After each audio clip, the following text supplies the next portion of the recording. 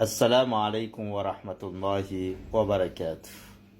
Fantanina mipetraka amin'ny tsirairay manao hoe fantatrao ve iza iblisy ary ahoana fomba nazahoany ozina tamin'ny tombo-janahary ary inona teny navoakany sy fanampy napetrany ary tanteraka ve izany. I iblisy dia razambe ny devoly sy ny djiny izay manary ny zanak'olombelona eto ambony tany. 2 taona talohan'ny nanamboarany Janahary ny zanak'olombelona dia nanamboatra ireo djiny izy ary nalefa nipetraka tety ambony tany ho solitenany tety.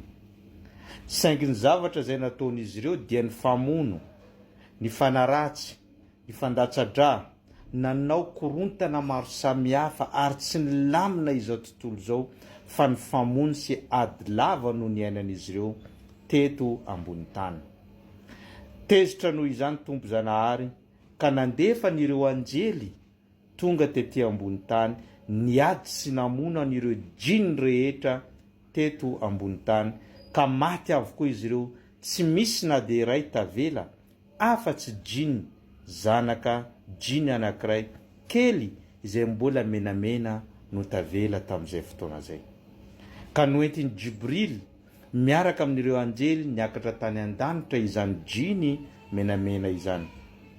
Rehefa tonga tany dia nitombo teo anivon'ireo anjely ary niara-niaina tamin'ireo anjely ary nanompo Janahary tamin'ny fomba mentrika toy ny fanompoana nataon'ireo anjely. Saingy rehefa tonga tety aoriana, rehefa vonona Janahary hanamboatra zanak'olombelona dia nanamboatra ny Adama izy. Ary rehefa vita izany Adama zany dia nantsona ireo anjely rehetrarehetra teto amin'ny tany an-danitra handeha hiankohaka hanome voninahitra any Adama tamin'izay fotoana zay. Ka voateny ho isan'ny tao ihany koa i iblisa satria efa noentina toy ny anjely satria efa mivavaka sy manompo Janahary ary miaina sy manao fomba mpiainan'ireo anjely izy tamin'izay fotoana zay. Ka rehefa niteny Janahary hoe miankohofa ho fanomezam-boninahitra ny Adama ianareo ry anjely dia niankohoka avokoa ireo anjely rehetra tany an-danitra afa-tsy izany djiny kely izay tenenitsika tamin'izay fotoana zay efa lehibe izy ka teo izy nanda tsy niankohoka ho fanomezam-boninahitra ny razambe ny zanak'olombelona. Rehefa tsy nanao an'izany izy dia niteny Janahary hoe inona no manakana anao ry iblisa handeha hiankohoka amin'izay zavaboary vaovao namboariko tamin'ny tanako anankiroa. Dia namaly izy hoe zao izy tsara lavitra, mihoatra n'io zavaboary namboarinao tamin'io fotaka io satria za namboarinao tamin'ny afo. Nahita tena ny iblisa fa hoe mentrika mihoatra ny zanak'olombelona, mentrika mandilatra na mihoatra ny Adama ary mentrika mihoatra ntsika zanak'olombelona ka velim-pialonana izy tamin'ny voninahitra nomena ny Adama hiankohofany ireo anjely ho fanomezam-boninahitra azy ireo. Ka rehefa niteny an'izany izy dia tezitra Janahary ary nanome ozina sy nanozina azy hoe manomboka androany dia voaozina ianao amin'ny ity fiainanao mandraka izay. Dia rehefa niteny an'izany izy dia nangataka tamin'ny Janahary hoe Janahary io, zao ozy izy mba misy fangatana anankiray mba ataovy zao ho olona farany na zavatra maty farany any ambony tany. Dia noekeny Janahary ary ny iblisy no zavatra mananaina maty farany eto ambony tany.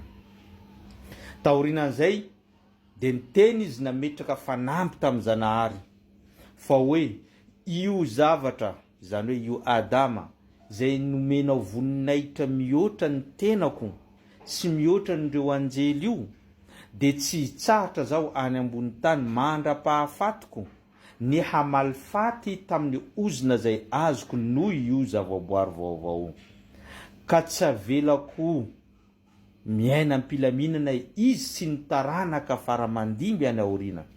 Ary zany nahatonga ny iblisy na ny devoly manary ny zanak'olombelona tety ambony tany manao izao rehetra zao mba hahafahantsika ho rendrika mitovy aminy ary hiditra ao anatin'ny afobe miaraka aminy amin'ny andro farany satria velim-pialonana izy ary tsy vitany hoe velim-pialonana fa nieritreritra hoe izy no azo toeram-boninahitra nisy ny Adama sy ny zanak'olombelona saingy tombo-zanahary ny safidy any Adama sy tsika zanak'olombelona no manamboninahitra indrindra ka tezitra sy nalahelo iblisa ary velim-pialonana tamin'izany.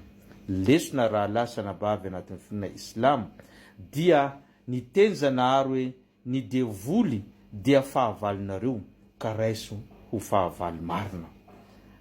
Ny asany dia manary antsika zanak'olombelona hamaly-faty antsika ary mbola toizintsika amin'ny fandaharana manaraka. Moa ve tanteraka ilay fanambina belany hoe tsy maintsy overeziko ny taranaki Adama, tsy maintsy overeziko i Adama, tsy maintsy ataoko ny mahabe olona maro ao anatin'izany afobe izany. Zay no raisintsika amin'ny manaraka ka tapitra ny fampatsahivantsika. Aboneo, partageo ary ataovy j'aime fa mbola maro ny zavatra zay ho zarazaraintsika eto insha Allah. Wassalamu alaikum wa rahmatullahi wa barakatuh.